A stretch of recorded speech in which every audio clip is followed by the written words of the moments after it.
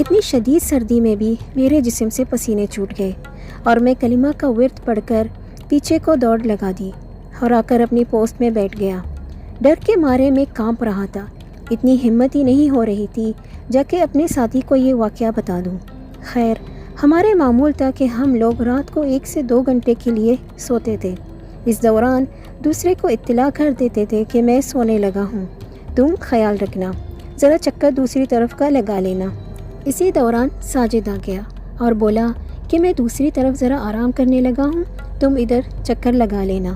اس نے میری حالت پر غور نہیں کیا اور یہ کہہ کر چلا گیا۔ تقریباً 1 سے 2 گھنٹے میں میری حالت قدری بہتر ہوئی تھی۔ سردیوں کی راتیں تھیں، کہاں اتنی جلدی ختم ہوتی ہیں۔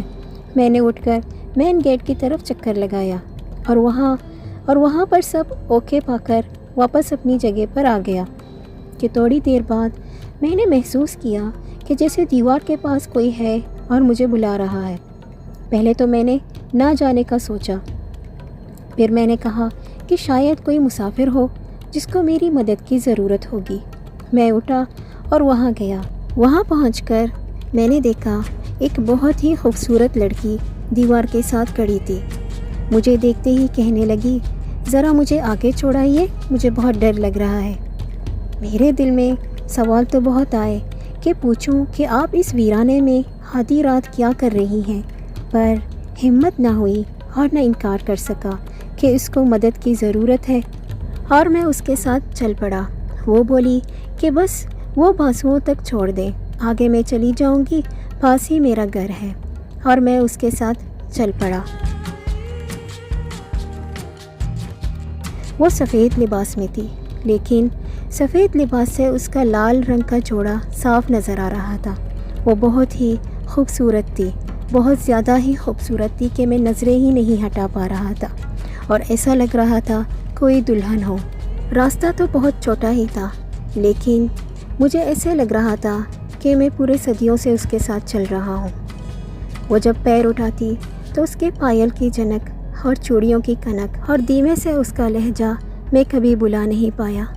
جب ہم وہاں پہنچے تو میں بہت حیران تھا کہ ان بانسوں کے جنگلات کے آگے یہ بستی کہاں سے آ گئی، جبکہ آج تک مجھے تو کبھی بھی محسوس نہیں ہوا اور نہ ہی کوئی آتا جاتا دکھائی دیا۔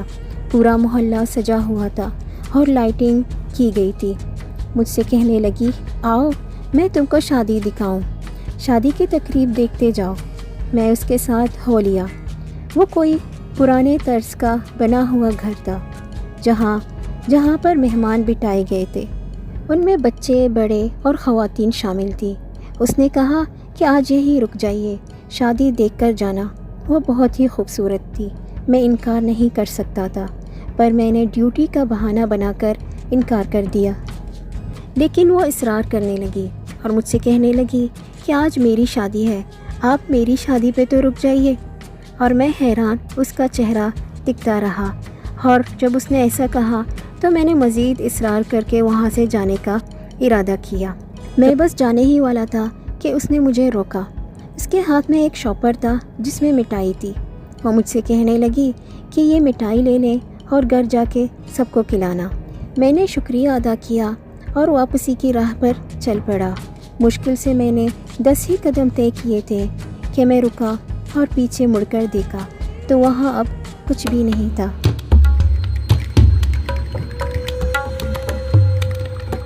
اور میں جلدی سے بھاگ کر وہ بانسوں والا علاقہ پار کیا اور کسی نہ کسی طرح اپنے پوسٹ پر پہنچا اور وہیں گر کر بے ہوش ہو گیا۔ صبح 6 بجے جب ساجد آیا تو مجھے بے ہوش پا کر گھبرا گیا، کیونکہ اس کے اٹھانے اور ہلانے پر میں اٹھ نہ رہا تھا۔ پھر اس نے پانی اوپر پھینکا اور مجھے تھوڑا ہوش آیا۔ میرے ہوش میں آتے ہی اس نے مجھ سے پوچھا کہ کیا ہوا ہے، کیوں بے ہوش ہو؟ میں نے جیسے تیسے جب خود کو سنبھالا تو پورا واقعہ اسے سنایا، جسے سن کر وہ بھی ڈر گیا۔ مجھے اب تیز بخار تھا، ڈر کی وجہ سے۔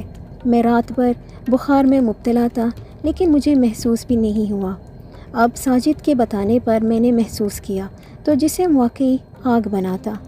پھر ہم نے جلدی جانے کی تیاری کی اور گیٹ کی طرف چل دیے۔ جب ہم موٹر سائیکل پر بیٹھنے لگے تو ساجد نے مجھ سے پوچھا کہ یہ تمہارے ہاتھ میں کون سا شاپر ہے۔ مجھے یاد آیا یہ تو وہی شاپر ہے جسے میں رات اس نے مٹھائی ڈال کر دی تھی، جو میں بے احتیاطی میں ساتھ ہی لے کر آیا تھا۔ تو ساجد کے کہنے پر میں نے اس مٹھائی والے شاپر کو کھولا۔ ہم نے اسے کھول کر دیکھا تو اس میں جانوروں کے فضلات اور گند بھرا ہوا تھا، جو ہم نے ڈر کے مارے وہیں پھینک دیا اور جلدی جلدی وہاں سے نکل گئے۔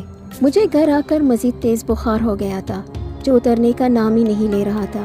پہلے تو میں نے گھر والوں کو کچھ نہیں بتایا، پھر اگلے دن جب بخار کم نہ ہوا تو میں نے سارا واقعہ کہہ دیا۔ تب بڑے بھائی ایک مولوی صاحب کو لے آئے، انہوں نے دم کیا اور دم والا پانی پینے کو دیا، اور پورا واقعہ سننے کے بعد وہ بولے وہ جنات کی بستی تھی اور ادھر ان کی شادی تھی۔ اس رات اگر تم ادھر رک جاتے تو شاید وہ تمہیں ساتھ لے جاتے ہمیشہ کے لیے، اور وہ جو مٹھائی تھی وہ ان کا کھانا تھا۔ جنات یہی سب کچھ تو کھاتے ہیں۔ وہ بانسوں والا علاقہ پہلے ہندوؤں کے پرانے گھروں پر مشتمل تھا، جسے بعد میں ختم کر کے بانس لگا دیے گئے تھے۔ میں اور میرے بڑے بھائی حیرانگی سے مولوی صاحب کی باتیں سن رہے تھے اور انہیں دیکھ رہے تھے۔ پھر وہ مزید کہنے لگے کہ میں بہت چھوٹا تھا پر مجھے یہ سب یاد ہے۔ میرے بابا جی اسی گاؤں کے تھے، اس لیے ان کو پتہ تھا کہ کس زمانے میں یہاں ہندوؤں کے پرانے گھر تھے۔ اور کچھ مہینوں کے بعد میں ٹھیک ہو گیا، لیکن میں نے فارم ہاؤس جانے سے توبہ کر لی۔